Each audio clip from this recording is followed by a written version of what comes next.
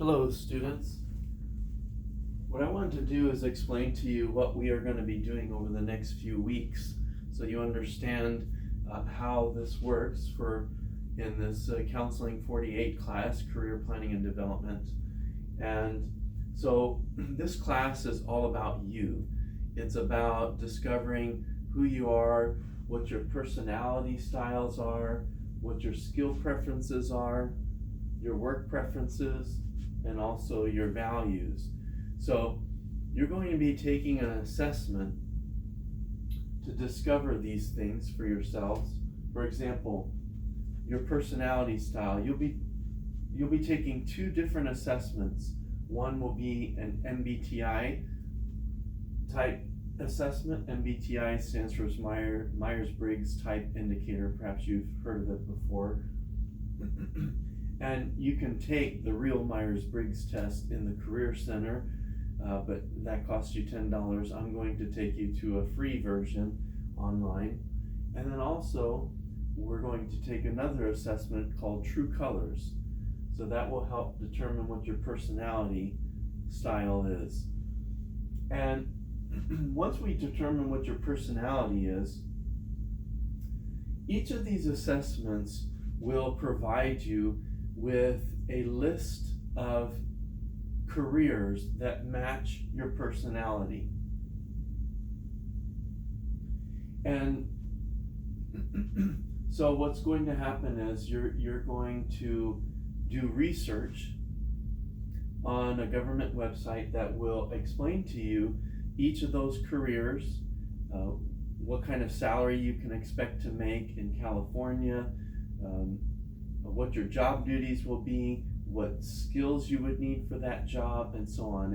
It's very extensive, very comprehensive, the information that you will receive regarding those careers. So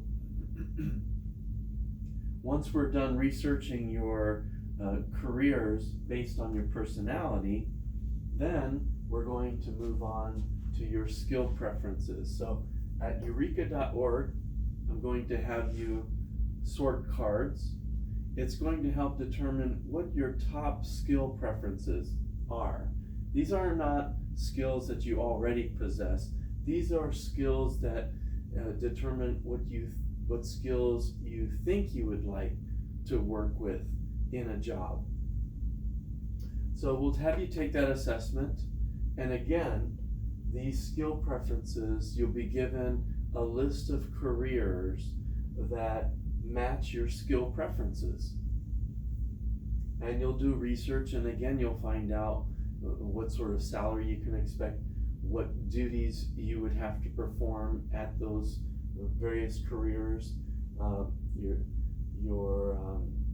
skills necessary, and so on. And you'll also learn what is the demand. Is the demand for that career going to go up in future years, or is it diminishing? Because the workforce is always changing. So careers that people may have had years ago would not exist today, especially with technology and the internet. And then we're going to determine, you're going to take an assessment called the Strong Interest Inventory, or it's commonly called the Strong. And it's going to determine what your work preferences are. So this is a little different, but it sounds the same, but it's not. These are skills that you would prefer to use on the job.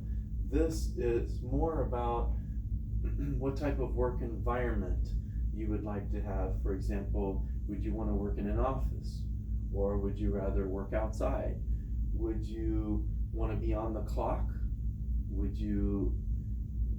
It will assess what type of work environment will you want to work in. And again, once you're done with this assessment, you're going to get a list of careers that match your work preferences. And again, we'll take you to that government website that will show you what you can expect in those careers. Finally, I'm going to take you to another website called California Career Zone, and you'll take another assessment, and it will assess your values. what is important to you? What do you value? So,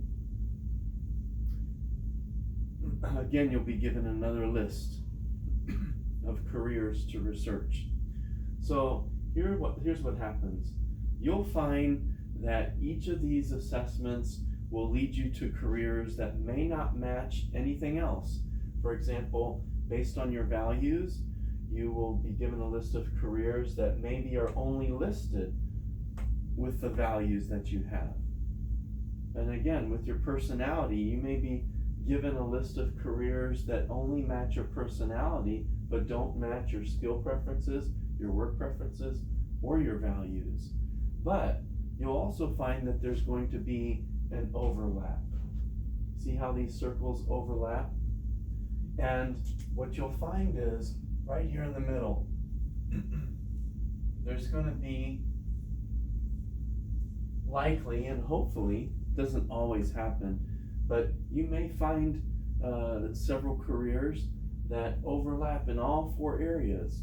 That when you did your research based on your personality style, based on your skill preferences, your work preferences, and your values, perhaps you discovered common careers listed right in here.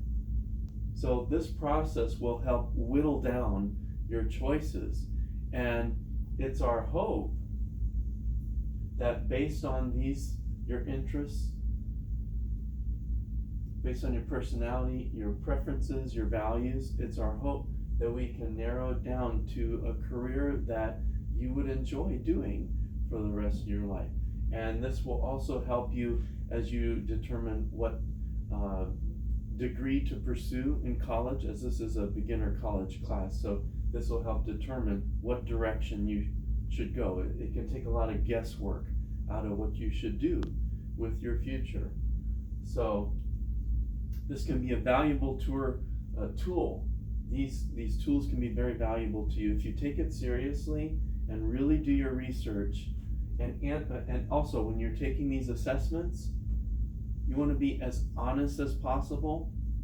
For example, when you're taking one of these tests regarding your personality, let's say, maybe we want to be a certain way, but we're not. Well, when you answer your questions, you don't want to answer them in a way that you want to be. You want to answer them according to the way you really are. That way your results will be your true self. And then hopefully we can find the career that matches your personality and interests. And this is how you will get the most out of this class, is by going through this process. And I'm here to help you all the way. So hope you enjoy this class. It's all about you, and we'll look forward to getting your input.